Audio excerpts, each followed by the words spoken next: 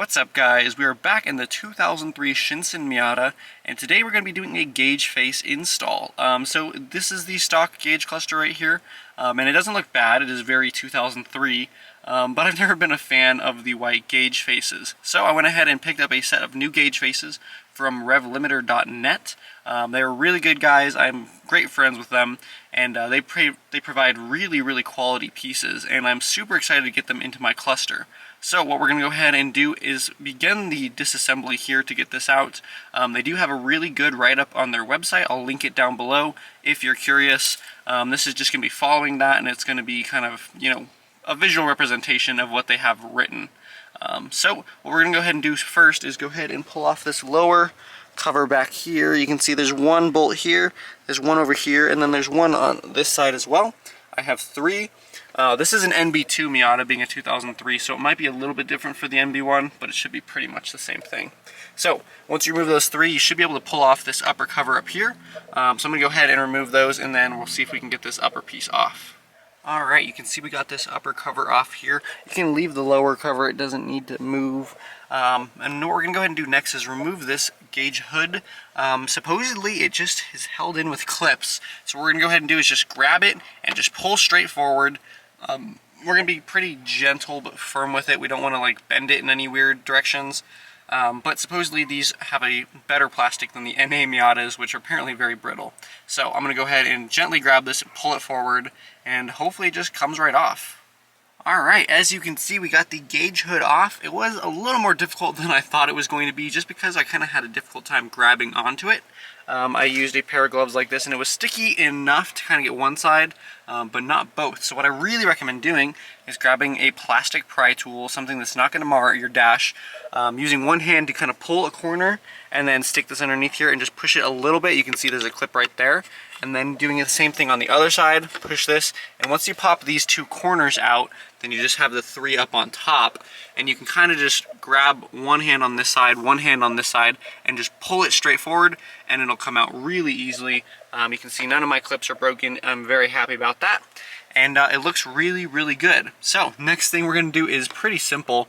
Just take out the 1, 2, 3, 4 Phillips heads right there, and then we're going to go ahead and tilt the gauge face forward and then disconnect the electrical connections from the back of it. It's very straightforward, shouldn't be too much of an issue. Just be careful not to scratch this clear plastic piece here at all.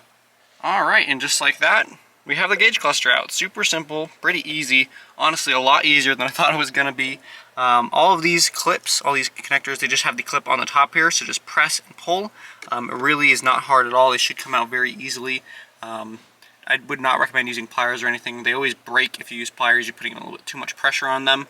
So just push and pull. You can wiggle side to side like this if you really need to, but it should come right out. It shouldn't be any issue. So let's go ahead and take this over to the workbench, and we're going to start disassembling the actual gauge cluster now, so we can go ahead and start installing the new stuff. Alright, here we are at my desk, and you do want a roughly dust-free environment. So I went ahead and wiped down all my surfaces here just to make sure it was kind of clean. It's not perfect, but we'll just be very careful. But what we're going to go ahead and do now is remove both of the clear lens here and the black shroud around it.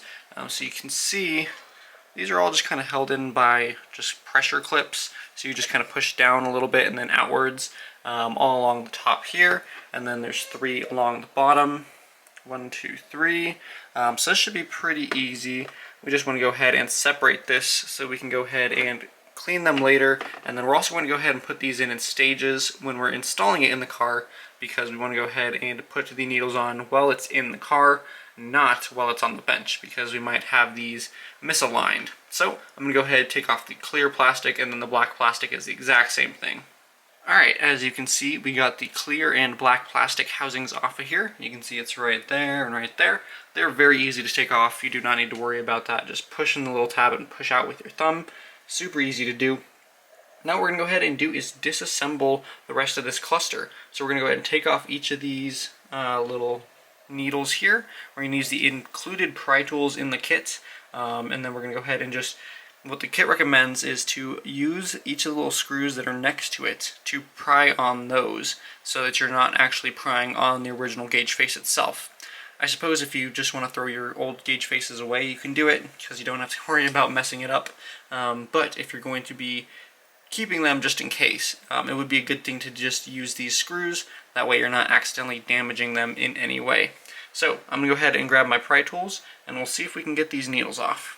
Alright, I just wanted to go ahead and demonstrate how we're going to be doing this. So you can see these pry tools slip under the bottom right there of the needle, and we're going to go ahead and press down on them so that they press onto those screw heads. So we're going to go ahead and push down each side evenly, and that should pop off the needle in a nice even fashion. Alright, as you can see we got the needles out. I went ahead and put them in their respective hole up here so I don't get them mixed up. The process was pretty easy. For the three small ones, the coolant temperature, the oil pressure, and the fuel gauge, those ones came out pretty easy. The tack and the speedo were much more difficult for me. I felt like I was going to bend the little pry tools, but slow and steady wins the race, and they finally did come up. You just kind of had to really give them a little bit of force. Just note, here's the needle. See, there's the little plastic kind of piece that comes out. This is what it's supposed to look like. If you accidentally pull out the small metal rod in there, you've accidentally broken your stepper motor. So you can go ahead and contact Adam at Revlimiter, and he can go ahead and help you get a replacement for it. Just know that you want to be careful enough to not pull those out, because it's just an extra expense and extra time to go ahead and get a replacement. Alright, so now we're going to go ahead and remove these little Phillips heads. I believe these are number 0s. But I'm going to go ahead and get a very small screwdriver, and we'll take these out. Alright guys, you can see we got the gauge faces out. They're right there. Basically these have a pretty large clear plastic light illumination piece on the back that comes with it. We're not going to be reinstalling those to the best of my knowledge. So what we're going to have to do in order to make sure the full gauge face lights up correctly is we're going to go ahead and take some channels like these and go ahead and knock them down. So this guy, we're going to go ahead and cut him down. I believe we're going to cut down this guy too. This also depends on your gauge face. So you're going to want to check what you bought from Revlimiter, because the original one of these, either the speedometer or the tack, had the check engine light here in it. And we're not going to be putting the check engine light back because that is where some of the gauge face is. So we're going to go ahead, and I think this is a blank and that's a blank. And so I think we're going to be removing this for the check engine light, and I think we're going to be removing this for the high beams. Again, this is a little dependent on which gauges you get from him and just what provisions they already have. But I'm going to go ahead and grab some more clippers. We're going to take these down, and then this, and I think we might have to take down that as well. I'm going to go ahead and check on mine. I have the burnout style, so we'll go ahead and see what is required for us. Alright, so in order to cut these channels, you can see I'm using a pair of just regular wire cutters, and then we've got kind of a blunt nose plier right here to go ahead and pull it out. They recommend, you can see, tiny little slits along each of the major pieces here, and then we're just going to go ahead and use the blunt nose pliers to kind of just twist it off and break it off. So we need to take down these whole ones completely. I did look for my gauges. We're moving the check engine light over to here, I believe, and the high beams over to here. This was originally the low fuel light, in case you were curious. And then this one is unused. So we're going to go ahead and break these pieces off here. I think we're going to need to do these ones, and then a little bit of that one right there. But we'll go ahead and make this work. So I'm going to go ahead and break off these pieces with these guys now. Alright, as you can see, I went ahead and removed all of the partitions around these two. It was really pretty simple. I'd end up making a tiny little crack right there in the back of the housing, so I'm just going to go ahead and dab some super glue on it just to make sure that it is structurally sound, but it is not too big of an issue. Now we're going to move over to here. I believe you're supposed to remove just this one for the burnout gauges. So here's my burnout gauges right there. And you can see on the speedometer here, it needs the 0 position just below the speedometer so that we can have 0. But miles per hour is right here in the corner. And I'm going to go ahead and grab the gauge and see if it actually overlaps this guy right here. If it does, I may go ahead and take it off, take this guy down too. But it might not be necessary if you don't want miles per hour to go ahead and illuminate a night. It is not too big of an issue. So I'm going to go ahead and just kind of take this one down, and then I'm going to look, see if I want to do that one or not. I believe this one was maybe cruise control. So maybe leaving it would be a good indicator of when cruise is on. The mile per hour will light up, but we'll go ahead and see. So I'm going to go ahead and just cut this left piece down for now, and then just kind of figure out what I want to do with the right piece. Alright guys, we got everything taken care of here. I went ahead and chewed away the second column. It would pretty much line up with the miles per hour logo, but the last half of the H was a little bit cut off from the light. So it would be on at night on its own, and then it would be dim if the cruise control is on. So I went ahead and just cut everything out here just so we get even lighting all the way across that gauge. It doesn't really matter too much to me. If cruise control is enabled, I'm going to know because I'm going to be the one who enabled it. But regardless, you can go ahead and trim this guy down as well. I just went ahead and cut it.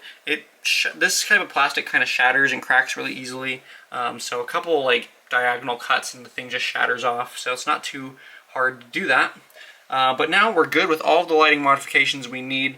Quick note, he does say in his write-up if you ever want to go back to these stock gauges, you can just put in like a chapstick tube or the paper towel tube looking thing that goes on the end of spark plugs that are pre-gapped like the NGKs, which is really what you should be using anyways.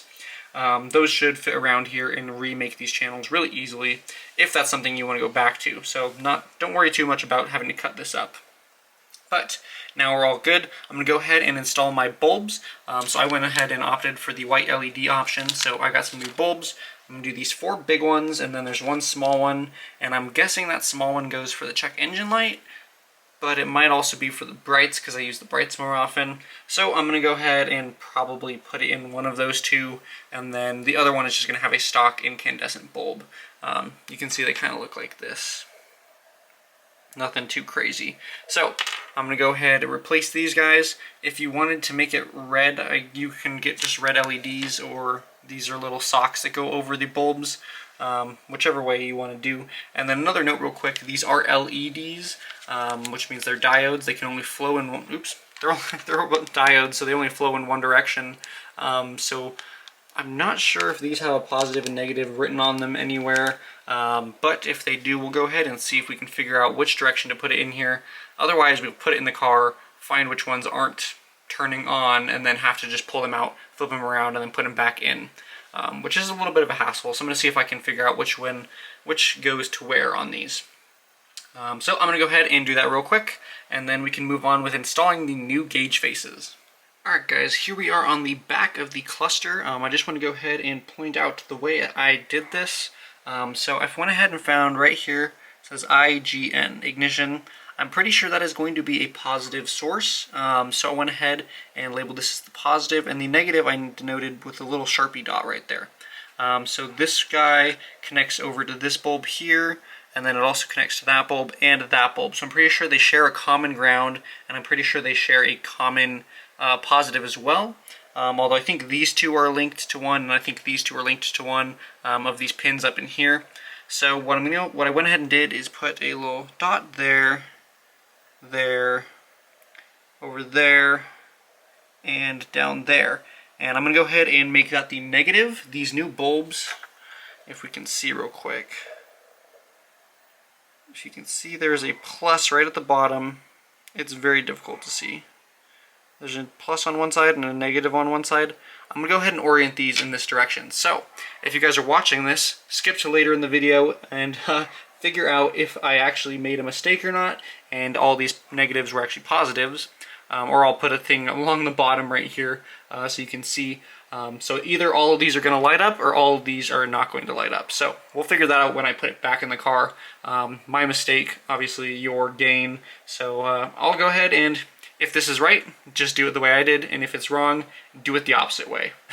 And so I'm going to go ahead and replace all these guys, and then because we're going to be relocating, we need these pieces in the kit here to bridge from old ones to new ones. So we'll go ahead and get to that in just a second.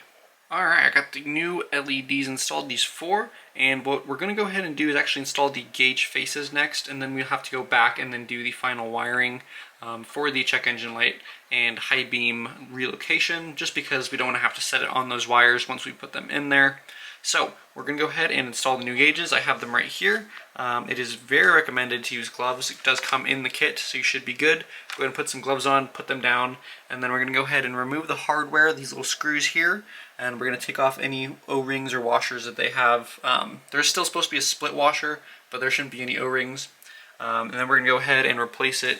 Maybe able to see there's some new O-rings in here. We'll go ahead and put those on all of these. And we want to be careful when we're tightening these down. We just want to make sure it's snug, but not too tight. There are pictures on Revlimiter.net that are a really good representation. Basically, if the O-ring is starting to be pushed out and like bulge from one side, it is too tight. You want to go ahead and loosen it. You want to make sure it is uniform all around. Kind of just how these look. Just nice round circles. You don't want it to look all weird, because that can actually damage your face, and then it can also just lessen the longevity of the O-rings themselves. So we're going to go ahead and put all of our new gauges in, and then take all these little screws and screw them back in, and we should be almost done. Alright guys, these are looking really good. I'm super happy with how these are coming out. I did go ahead and take the clear plastic pieces off the back of the old gauges. Just kind of lift up on the actual gauge face itself, and they'll snap off. There was like a tiny bit of adhesive on them. Then they'll come out with the screws as well. I didn't take anything off the screws. I just added the rubber washers and then tightened them down. They're very easy to over tighten, so be very careful. Just tighten it down until it's snug, and then you're pretty much good. I did get 2 extra stoppers and 2 extra O-rings. I don't know if that was intentional or not, but the only ones that took stoppers on mine are this guy and that guy. All the rest of these are just normal gauges. So you can see I put the black bezel back on. The reason I did this is because we need to go ahead and flip it over once again, so we can go ahead and access the rear panel there, so we can do the check engine light and high beam light relocation. That'll be pretty simple and easy. I put this on here just to protect the little stoppers themselves. I didn't want them accidentally getting pushed in. And I think I'm probably going to go ahead and grab a box or something just to keep this guy from getting pushed. This guy isn't important, it's just the trip dude. But we're going to go ahead and just make sure it doesn't snap off anyways. So I'm going to go ahead, find a box, and then flip this over. Alright guys, as you can see I got one of these lights in. I'm going to go ahead and show you how I did it. The first thing I did was go ahead and take the bulb out of one of these stock little pieces here, if you can focus. Here we go. Okay, well, we'll zoom in down here. So I took the bulb out, and then actually, if you can see in the middle there, I took some electrical tape and just rolled it up and put it in the middle. That is because when I put these leads in here, I really don't want them shorting out and touching. So putting a little something right there will really keep them from accidentally shorting out with each other. And then as you can see, I actually bent the ends of these leads in little U's so that I can go ahead and just hook them around the edge here. Now, one thing that Revlimiter does suggest, and I'm going to go ahead and do, is take some electrical tape here and then insulate between these wires here and then the secondary pad right here. And then I'm also just going to go ahead and tape these wires together. That's just in case any of these wires ever come loose, they don't manage to contact something else and accidentally short out. Or on some of them, you'll see them kind of coming out sideways. These leads here, we just don't want them arcing between the bulbs or anything like that. So I'm going to go ahead, insulate around here. I think this one is really the only one we need to worry about too much. The next one is going to go from here to here. So this is the new bulb, and this is the old bulb. And there's really nothing around here. Maybe we'll cover up these, but nothing too crazy. But it's just best practice to make sure that nothing can ever come loose and cause any issues for you. So I'm going to go ahead and finish up with this guy right here, and then our cluster should be ready to go back in the car. Alright guys, these are looking really good. I did find this one was a little bit close to these little nubs right here, so I went ahead and covered those in tape. And then I've also gone ahead and just done a circle around the actual bulb itself on each of these. That way, if any of the wires do come loose, it's actually still attached to the original socket, so it can't just dangle around and fly around. So I think this is looking really, really good. Now the next step is to go ahead, put it in the car. One, make sure all the bulbs are right and make sure I didn't, put these in the wrong direction. And then we're going to go ahead and put the needles on as well once they're in the car. So one real quick note about these bulbs. I did put the regular incandescents in these, just these little stock ones because I didn't know which of these were positive and negative. They don't really link to each other like the bigger bulbs do. So I just used the regulars. I didn't use the LEDs, and I only got one LED, so I don't really care too much about it. Those lights are never on anyways.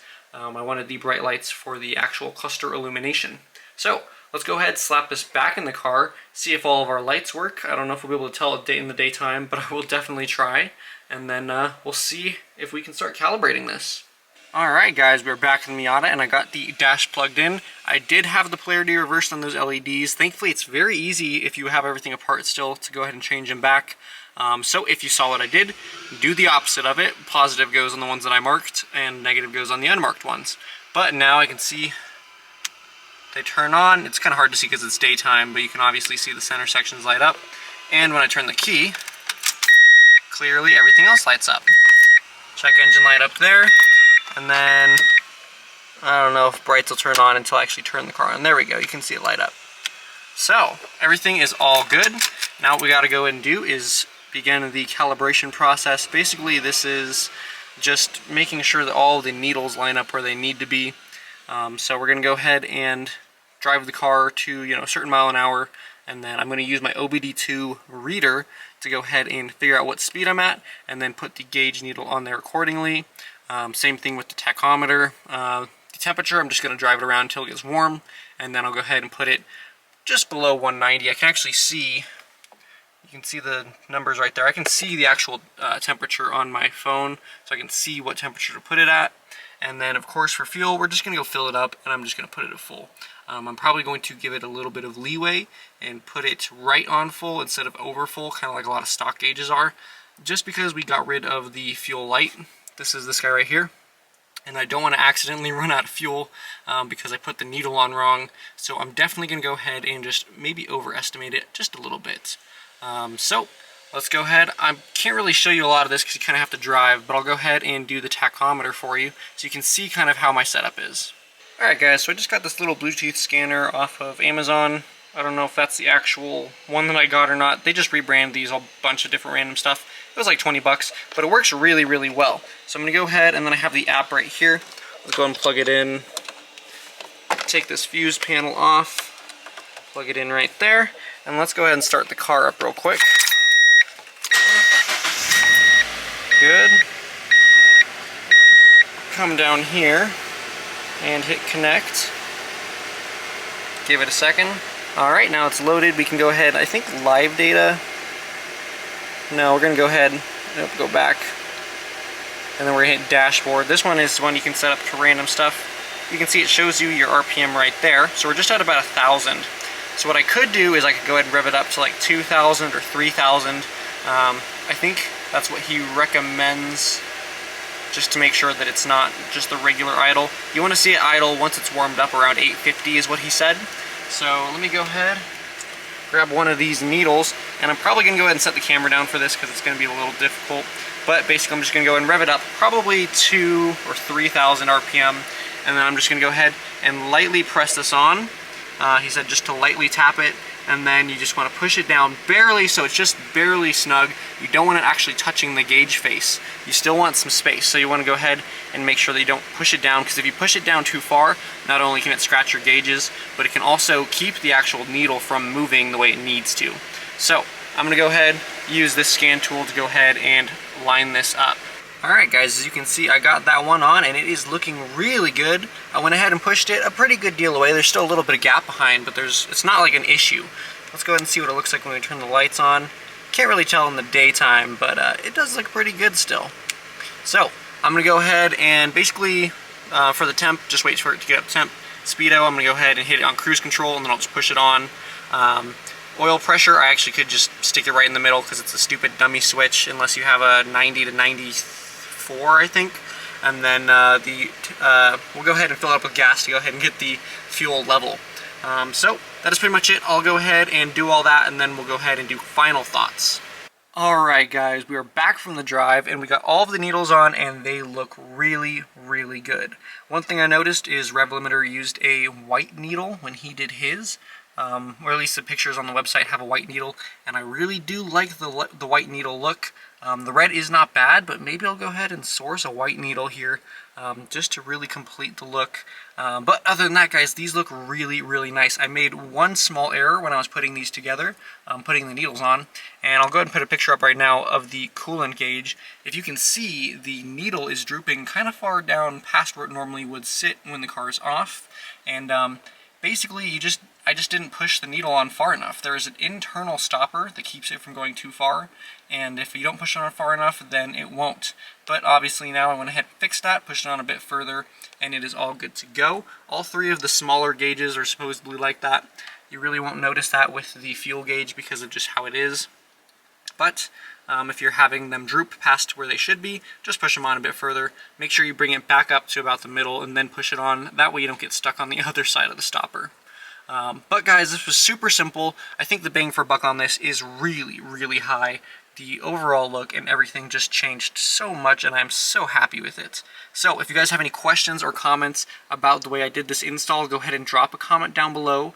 I will do my best to answer it. And also go ahead and check out Revlimiter.net. Check out all of their gauge options for all the different Miatas. They have some FD RX7, FRS BRZ 86.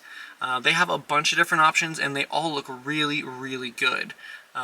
And of course they have install guides on their website as well if you want to go ahead and read instead of listening to my voice. But there you go, guys. Definitely drop a comment if you have anything to say, and I will see you guys later.